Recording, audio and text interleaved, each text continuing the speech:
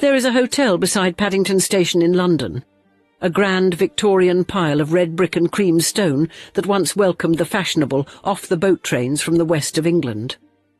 By the winter of 1983, it had faded into something more ordinary, a solid railway hotel where a room could be had by the week and where nobody much noticed the elderly widow who had been living there for months. On a Sunday morning in December, a member of staff found her dead in her room, aged 77, a bottle of pink champagne among her few remaining comforts. She had once married 3 millionaires in succession. She had toured Europe in a Daimler, covered in gold and lined with zebra skin. She had feuded with a reigning prince and been banished from an entire coastline for it. She had been photographed, quoted, mocked, envied and adored by a Britain still rationing its sugar, and she had spent nearly every penny that ever came to her, so that the woman found in that quiet room had outlived not only her husband's, but her fortune, her yacht, her jewels, and the vast apparatus of attention she had built around herself with her own 2 hands. Her name was Nora Docker, and for roughly a decade she was as close to a household celebrity as post-war Britain produced, a woman the tabloids called their sweetheart, and their scandal in the same breath. She was born above a butcher's shop in Derby, and she died in a rented hotel room by a railway terminus, and the distance between those 2 rooms, measured in gold leaf and champagne and column inches, is one of the strangest journeys any Englishwoman of her century ever made. She invented a way of being famous that had not quite existed before her and would outlast her by generations. In today's episode of Old Money Allure, we trace how a car salesman's daughter from the English Midlands, orphaned by suicide and terrified of poverty, taught herself to read a room and marry a fortune, built herself into the celebrity queen of Britain's 1950s tabloids on the back of a gold-plated motor car, and then watched the whole invented kingdom drain away until she died alone, with almost nothing of it left.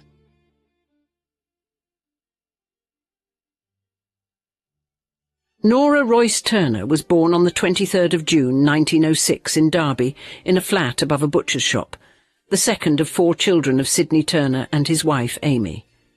Sidney was a self-made man, of the sort the Edwardian Midlands produced in quantity, a shopfitter who had begun his working life fitting out branches of the chemist boots before he backed his own instincts and moved the family to Birmingham to open a motor-car showroom.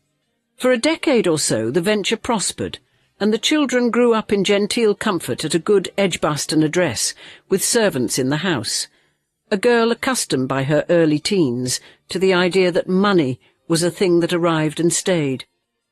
The stories behind figures like Nora Docker, the fortune she spent through and the tabloid empire she conjured into existence, receive extended treatment in our free Substack newsletter, where we examine the personal and financial wreckage too complex for documentary format, and follow what these extraordinary lives actually cost the people who lived them.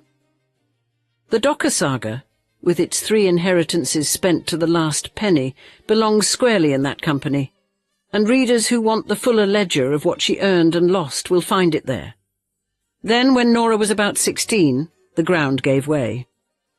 Her father suffered a nervous breakdown, spent time in a convalescent home, and afterward, travelling on the ferry between Holyhead and Dublin, threw himself into the sea. Nora, by several accounts, was among the last of the family to see him alive, and the memory of a question he had put to her before the end, asking whether she would take care of them all if anything happened to him, was one she said stayed with her for the rest of her days.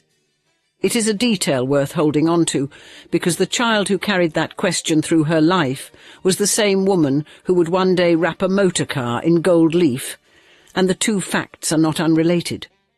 A father who sold cars had drowned himself in the Irish Sea, and his daughter would spend her adulthood making cars into objects of wonder and refusing at almost any cost to be poor. The comfortable life dissolved almost at once.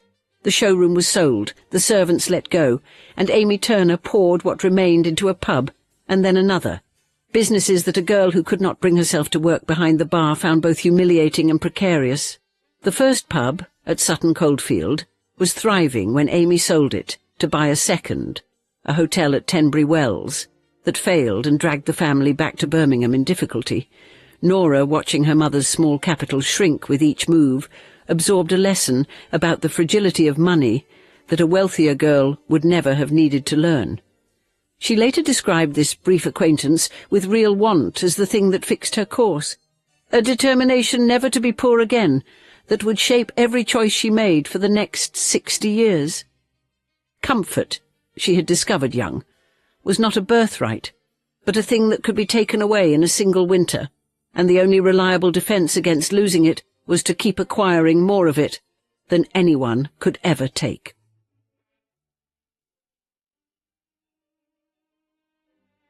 At 18, Nora went to London to make herself into something, and her first ambition was the stage. She took dancing lessons, was good enough that within months her instructor asked her to teach, and then, deciding the money was too thin, moved to work as a dance hostess at the Café de Paris, the basement club off Leicester Square, that was then the most fashionable haunt in London society. It was an education more useful than any drama school could have given her. A dance hostess in that world was paid to be charming to men who had arrived with money and time, to make a stranger feel he was the most interesting person in a crowded room, and to gauge in a few seconds the difference between a man who could pay and a man who merely dressed as if he could. Nora, an artificial blonde among thousands of artificial blondes, all searching for the same escape, learned to read wealth the way a jeweller learns to read a stone. She did not last there without interruption.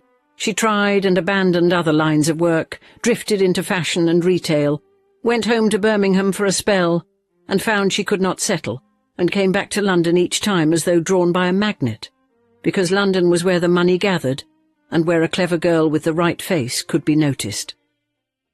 What she was really doing, in those years of dance floors and false starts, was serving an apprenticeship in the only trade that would ever hold her, the trade of being seen.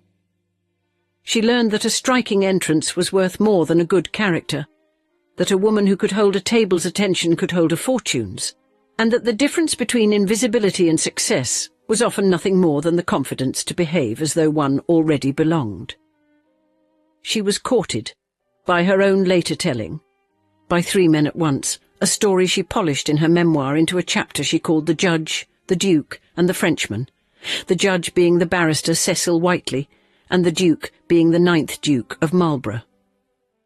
It was the kind of tale she would tell about herself all her life, a girl from Edgbaston with dukes at her heel, and whether it was strictly true mattered less than the fact that she understood, earlier than most, that a woman's biography could be a thing she wrote rather than a thing that happened to her. She was clear-eyed about the transaction underneath the romance. She would later put her whole philosophy into a single line, that through her life she had set both her sights and her price high. A sentence that has the cold clarity of a woman who had watched her family fall out of comfort and decided precisely what she would do to climb back. At the Café de Paris, she met the first of the 3 men who would make her rich.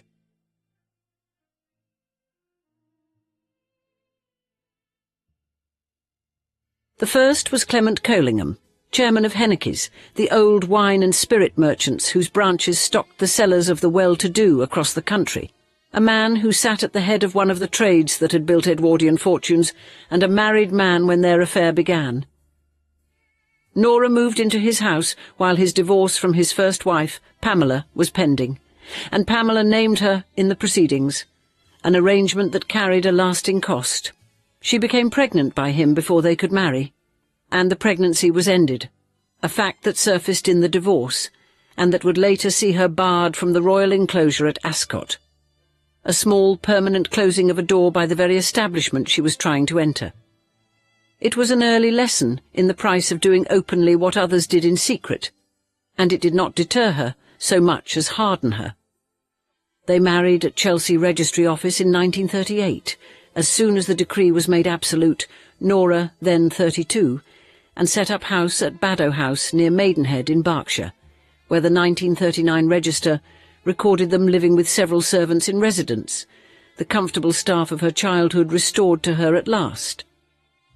She bore Collingham a son, Lance, in 1939, naming him after Lance Reventlow, the son of the American heiress Barbara Hutton, a woman she admired from a distance and would never meet.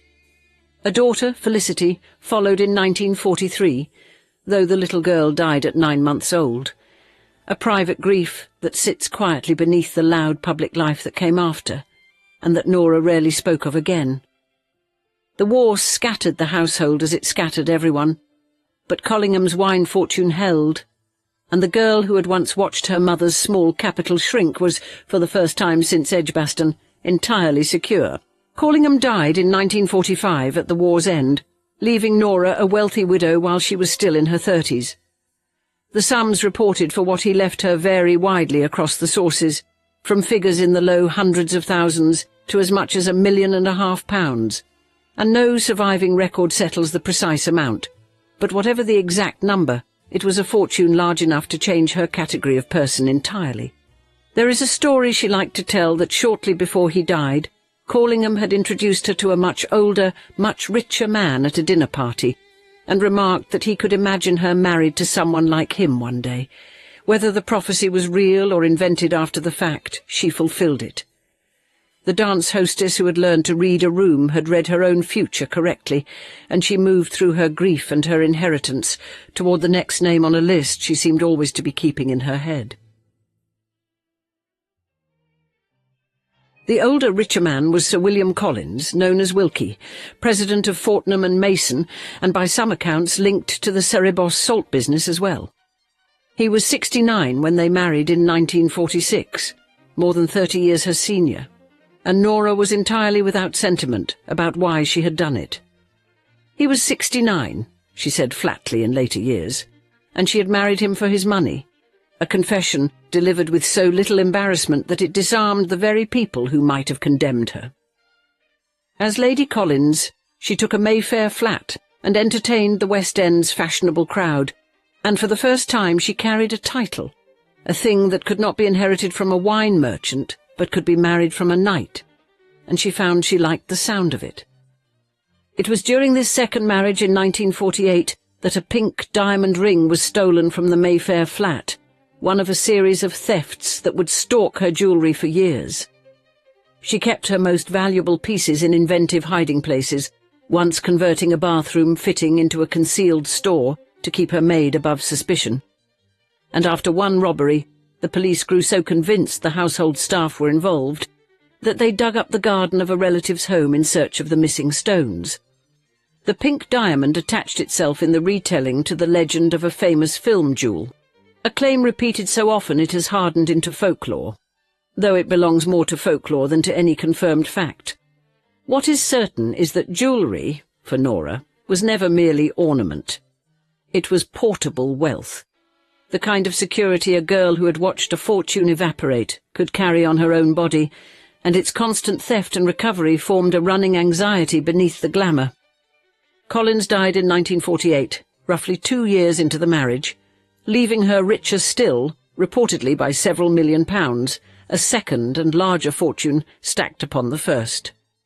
Twice widowed before she was 45, twice enriched, Nora had by now perfected a particular kind of arithmetic, the arithmetic of a woman who married older men, meant it kindly enough, and buried them with genuine feeling and considerable profit. There is no evidence she was cruel to either husband, and some that she was fond of both, but she never disguised that affection, and calculation could live comfortably in the same marriage, and she would say as much for the rest of her life without a flicker of shame. She was ready, as her memoir would dryly put it, to go hunting for husband number 3, and the man she found would give her something the first two never could, which was not money, of which she now had plenty, but fame.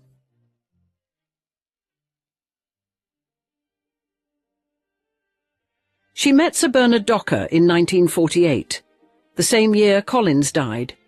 He was the only child of Frank Dudley Docker, the financier who had engineered the takeover that folded the Daimler Motor Company into the Birmingham Small Arms Combine, and Bernard had inherited both the fortune and the chairmanships, sitting at the head of BSA and of Daimler on the board of the Midland Bank, and of Thomas Cook, a man whose directorships ran into the dozens.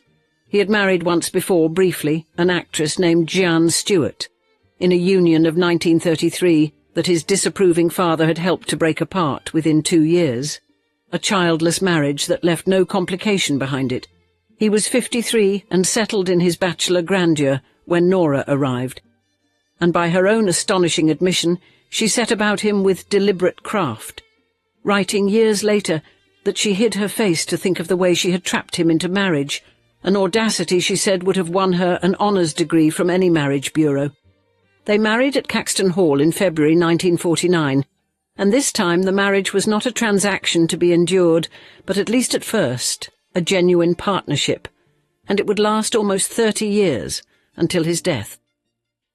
She had always liked older men, she said, and Bernard, 7 years her senior and comfortable in his wealth, suited her exactly. They bought a fine London address on Davy Street, moving there in part, she cheerfully admitted, because she wanted to live nearer Claridge's Hotel, and they took a country house as well, and, in 1949, a mock medieval castle in mid-Wales called Llandiffi, which they set about renovating on a lavish scale. The castle would matter later, because the money that bought and refitted it did not come from Nora's inheritances or from Bernard's own pocket. It came from the company. What Bernard offered was different in kind from what the wine merchant and the grocer had left her. He offered a stage. As chairman of a great manufacturing group, he controlled factories, budgets, motor shows and a publicity apparatus, and he had a wife who understood, better than any advertising man on his payroll, that people do not fall in love with a balance sheet, they fall in love with a face and a story. Nora had spent 25 years learning to make herself the most interesting person in the room. Now she had been handed a company, and told, in effect, to make it interesting too, and she would do so with a thoroughness that eventually frightened everyone who had underestimated her. She would summarize the whole ascent in a line she delivered at a Claridge's party, that she had once lived above a butcher's shop and now lived above Claridge's, and that this showed how far she had travelled. It was boastful and it was accurate, and it was also, though she could not have known it, the high water mark of a tide that had already begun invisibly to turn.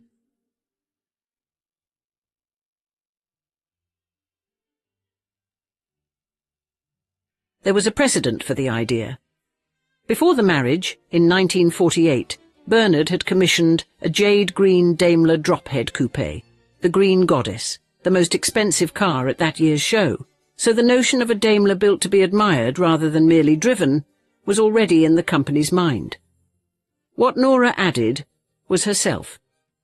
She complained that no one abroad had heard of Daimlers, that when Italians or Frenchmen admired the car they assumed it was something else, and asked him why he could not build a smaller Daimler fit for a family. He answered by making her a director of Hooper, the coach builder his group owned, and setting her loose on a publicity project. Out of that came the thing for which she is still remembered. Between 1951 and 1955, the Docker Daimlers appeared, one a year, unveiled at the Earl's Court Motor Show to a Britain still living under austerity. And each was more extravagant than the last. The first, in 1951, was the gold car, its bodywork studded with 7,000 tiny gold stars, every fitting that would normally be chrome instead gold-plated, the upholstery hand-woven gold brocade, the interior fitted with a gold cocktail set and a gold tea service, a car reported to have cost around £8,500 at a moment when a modest house cost a fraction of that. Then came Blue Clover in 1952, powder blue and grey and trimmed in lizard skin, which one motoring magazine called the most elegant thing at Earl's Court. Silver Flash followed in 1953, repainted metallic silver 2 days before the show on Nora's whim and named on the spot when a reporter caught her without an answer. Stardust arrived in 1954, royal blue and scattered with silver stars, its designer describing the effect as sham caning in reverse, its rear compartment lined with hand-woven silver brocatelle and fitted cabinets covered in pale blue crocodile leather, holding crystal decanters, silverware and Wedgwood china, with 4 matching crocodile suitcases stowed in the boot. Then in 1955 came the last and most notorious of them, the golden zebra, ivory and gold with a gold zebra for a mascot, and real zebra skin on the seats, genuine ivory set into gold on the dashboard, an ivory-handled umbrella and rawhide luggage locked with gilt Brahma fittings. When astonished reporters questioned the zebra hide, Nora gave the answer she prized above all her others, that zebra was the best skin because mink was too hot to sit on, a line she said was quoted all over the world and became the most famous of her aphorisms. There was a detail beneath the spectacle that would take years to detonate. The cars were not paid for by the dockers themselves. They were built by Hooper and charged as show cars and publicity vehicles against the accounts of the Birmingham Small Arms Group, so that the shareholders of a company making motorcycles and munitions were quietly underwriting a gold cocktail set and a set of crocodile suitcases. For a few years the arrangement looked like inspired marketing, because the crowds who queued around the block at Earl's Court came to see a Daimler, and the name Daimler was on every front page in the country. But the men who owned the shares were watching the same headlines the public was, and where the public saw glamour, a growing number of directors saw their dividends being spent on a woman's wardrobe on wheels. The cars travelled as she did, shown in Paris and the United States, and as far as an exhibition in Sydney, and the total cost of the whole run of them was later estimated at anything up to £100,000, an almost unimaginable sum in a country where families queued for a single new saucepan. The cars were not really cars. They were a costume for a character she played in public, a woman who had come from nothing and now spent without apology before a nation told for 15 years to make do and mend. Polite society found them vulgar past bearing, the Windsors reportedly switching to Rolls-Royce in distaste, and that reaction was not a side effect of the exercise, it was the exercise.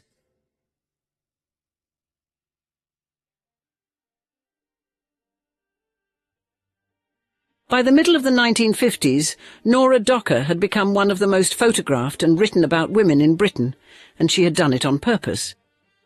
She grasped, decades before the vocabulary existed, that fame could be manufactured rather than earned, that a person could be famous for the act of being famous.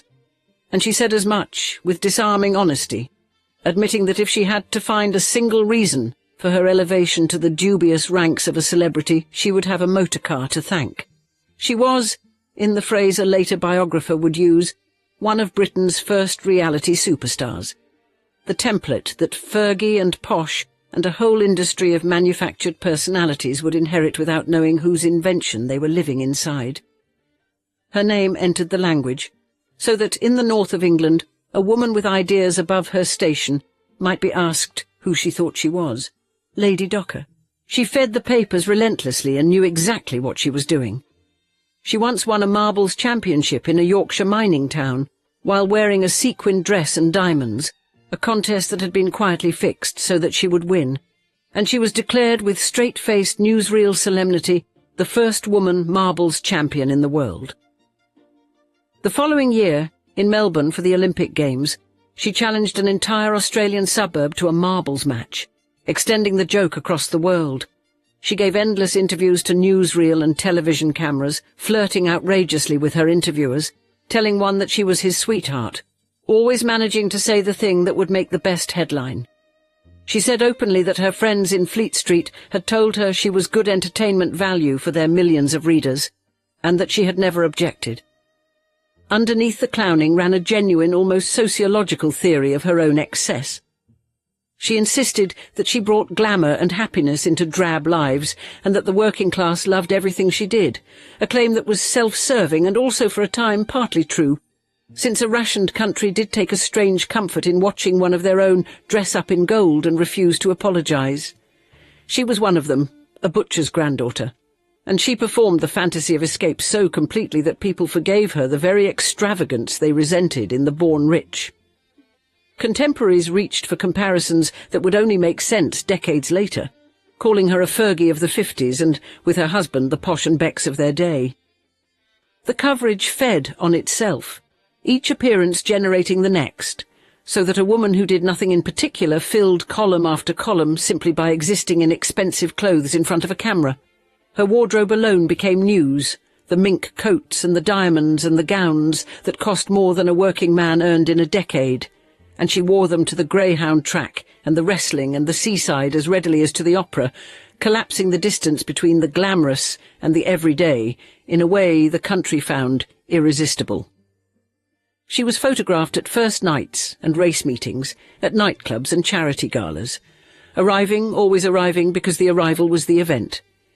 She had made herself a character the whole nation could follow, a serialized weekly story with a leading lady who never missed an entrance, and characters, unlike people, must keep performing or be forgotten, must keep feeding the machine that has replaced the ordinary business of being a person.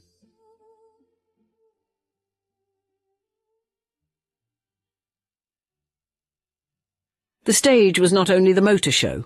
Out on the water sat the Chamara, an 863-ton yacht that Bernard had commissioned before the war, built by the Southampton shipbuilders John Lafarge Thornycroft and Company at their Woolston yard, and completed in 1938 at a reported cost of some £800,000, a twin-screw diesel vessel fitted out to a standard few private owners in Europe could match.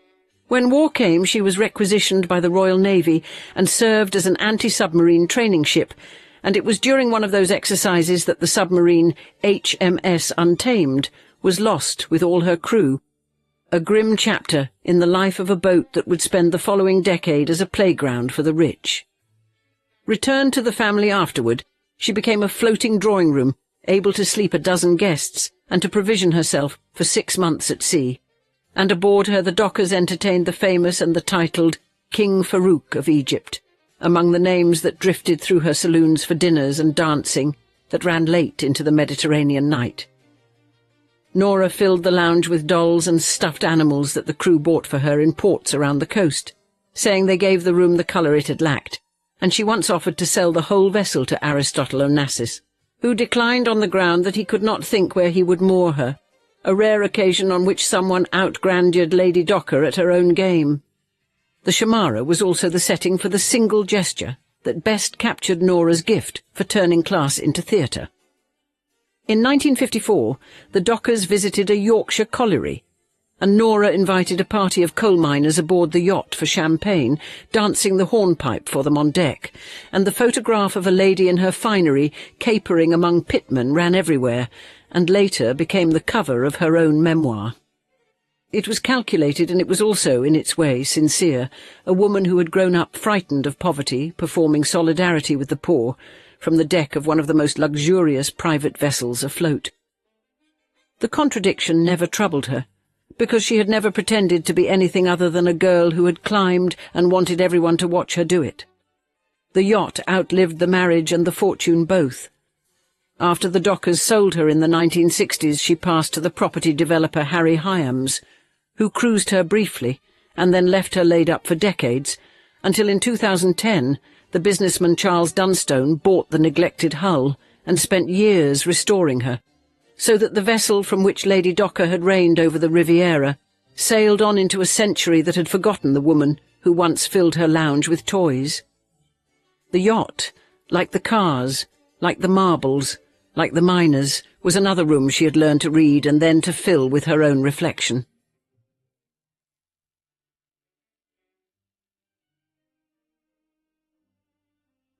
The world she had built was a world of attention, and attention, unlike money, cannot be banked. There had been friction with Monaco before. The dockers had gone to the 1956 wedding of Rainier and Grace Kelly, where they were told to leave their Daimler and travel to the cathedral by bus with the other guests, an indignity Nora refused, and where she covered the ceremony as a visiting journalist, and used the platform to criticise the commercialisation of the wedding and the bride's choice of hat. She was not a woman who submitted to being handled, and a small principality that ran on protocol was always going to grate against a woman who made her own rules and printed them in the papers. Then, in April 1958, the dockers went to Monaco again, this time for the christening of Prince Albert, the infant son of Rainier and Grace, an event to which Nora brought her grown son, Lance, since the trip fell around his 19th birthday. Lance had not been personally invited to the reception, and palace officials turned him away at the door, and Bernard, after appealing to everyone he could find, had to tell his wife that the boy could not be admitted. Nora, humiliated and furious on her son's behalf, refused to attend without him and went instead to lunch at the Hôtel de Paris. On the table stood a little bowl of flowers, holding a tiny crepe paper monégasque flag, no bigger than 2 inches by 3, a decoration repeated on every table in the room. "That flag," she said, looked her in the eye, so she plucked it out, announced they would not be needing it any more, and made plain, in language the newsreels could not fully broadcast, exactly what she thought of the Monégasques. It was a small thing, a paper flag torn up over a slighted sun, but Rainier's reciprocity was neither small nor sentimental. He banned the dockers from Monaco, and then, invoking a 1951 treaty of friendship between the Principality and France, he extended the ban across the whole of the French Riviera, closing scores of miles of coastline to a woman whose entire social geography ran along it. Their christening gifts were returned frostily by messenger without a note. Bernard, flying back to collect his wife, was detained at Nice airport before he could talk his way through. Nora declared herself at war with Rainier, said she would tear the flag up every time until he learned how to behave, and refused a later chance to be readmitted in exchange for an apology she would not give. She had spent a decade making herself the centre of every scene she entered. In Monaco she met a man with more standing than she had, and he simply removed her from the scene altogether, and no amount of newspaper coverage could put her back.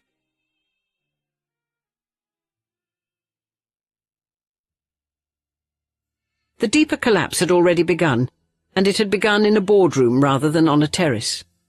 The Docker Daimlers had never really belonged to Nora, and neither had much of the life around them.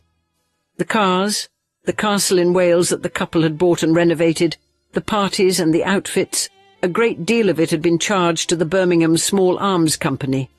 There had been an early warning that few outside the boardroom noticed at the time.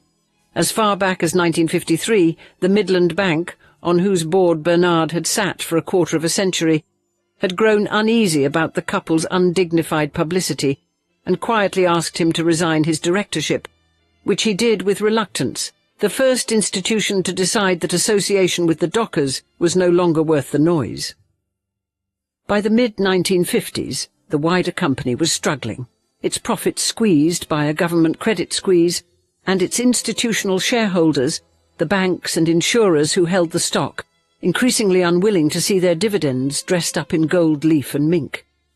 The proximate scandal was a dress bill.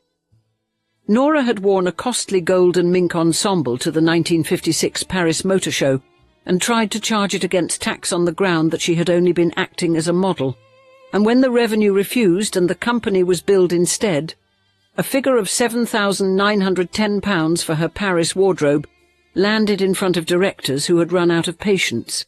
It was never really about the dress, or even about the cars. It was, as one account put it, about the image, the growing sense among the men who owned the company that the dockers were taking the mickey out of it, treating a great industrial concern as the private wardrobe and travelling circus of a woman from Derby. On the 30th of May, 1956, at a long and bitter meeting, the board of BSA voted 6-3 to remove Sir Bernard as chairman and managing director, and then as a director altogether. A group of the larger investors had tried first to offer him a dignified exit, a statement that he would retire on grounds of ill health, and the offer is said to have come back within 10 minutes, with a single word scrawled across it in red lipstick, and the word was not printable. After that, the vote was inevitable. Bernard held only about 100,000 of the company's nearly 3 million shares, hired a distinguished lawyer, vowed to fight, and lost, complaining bitterly to the press that when his father had left the board they gave him a gold watch, while for him they called a special meeting to discuss only his departure. Nora wept too, though not, she insisted, for the gold cars, which had been like her children and had been such fun.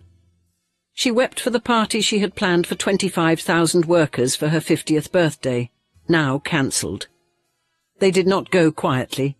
Bernard mounted a campaign to overturn the decision before the wider body of shareholders, sending out thousands of telegrams and, in Nora's own account, dispatching a letter and a photograph of herself to another 17,000 shareholders, because she was foolish enough, she said, to believe people liked her. The gesture failed. At a general meeting that August, the shareholders confirmed the board's decision, and Bernard's replacement, Jack Sangster, took the chair. The apparatus that had made Nora a star was dismantled around her, one part at a time. She lost her Hooper directorship. The 5 Daimlers were reclaimed and stripped of their bespoke trim. The Welsh castle was sold off, and her brother-in-law's positions in the group were terminated by mutual agreement. Within 4 years, Daimler itself, weakened by the whole affair and by years of drifting product, was sold to Jaguar, ending its life as an independent maker. The stage had belonged to the company all along, and the company took it back, board and curtain and lights, leaving her standing in a spotlight that had already been switched off.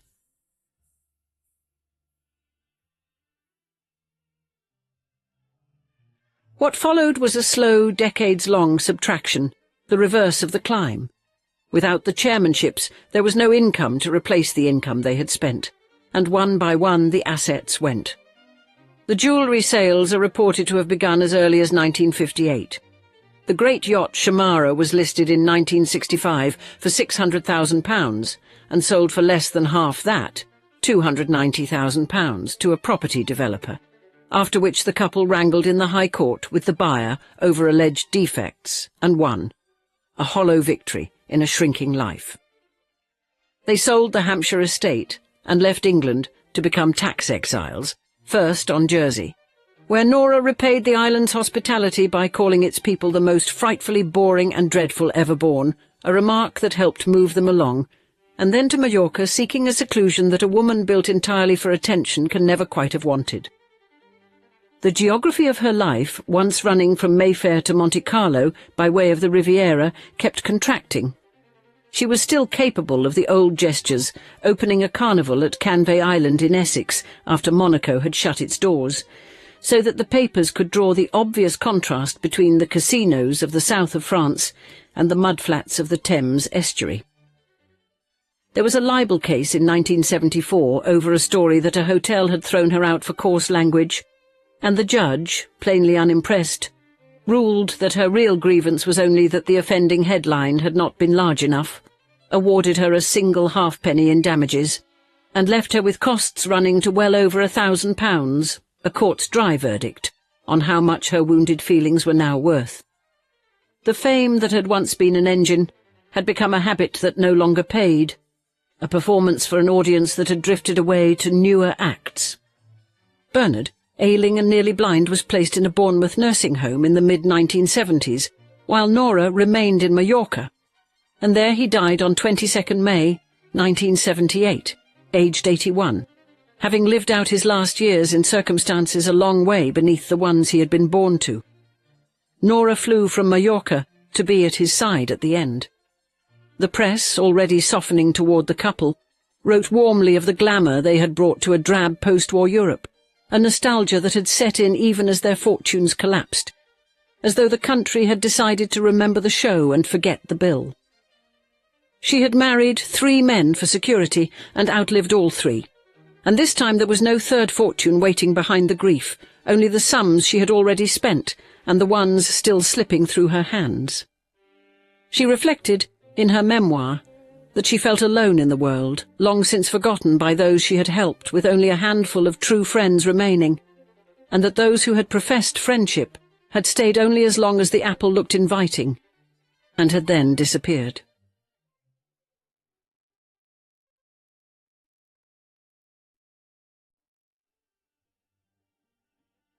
In 1969, in the middle of the long decline, Nora did the most modern thing of all.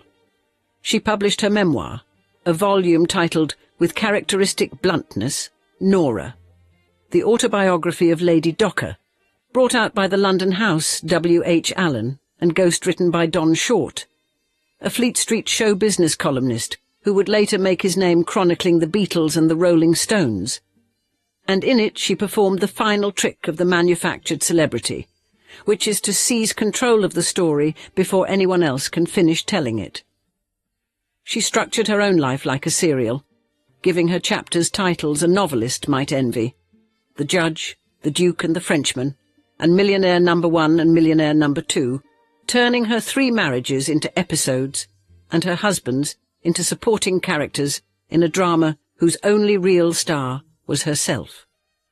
She was frank in a way that scandalized and delighted in equal measure, confessing that she had married one husband for his money and trapped another into the altar, admitting to the abortion and the Ascot ban that a more careful woman would have buried, and insisting in the same breath that she had told everything with honesty, and asked only to be judged with the same. The confessions were the point, because a woman who had built a career out of never hiding was not about to begin at the end of it. The book is the clearest evidence of what she actually was, which was a woman who understood that a life is a narrative, and that whoever controls the narrative controls the verdict. She wrote that she had planted her feet, delicately but boldly, on the red carpets of the most sacred dynasties in the world, and that sometimes she had been bowled straight back down those same carpets, a line that is both self-aware and self-serving, the sentence of a woman who could see her own fall coming and was determined to describe it before anyone else did. She credited her fame not to talent or birth, but to a machine, saying that if she had to find a single reason for her elevation to the dubious ranks of celebrity, she would thank a motor car. No film star of her generation spoke about fame with such cold accuracy. The memoir laid bare, more plainly than any of her stunts had, the machinery beneath the myth, a woman who had grasped, alone among her contemporaries, that she was a product, that the newspapers were her factory, and that the book itself was her attempt to write the last advertisement for herself before the presses stopped. It is the document of a reality superstar composed decades before the genre had a name, and it reads, even now, like a message sent forward in time to an age that would finally understand her.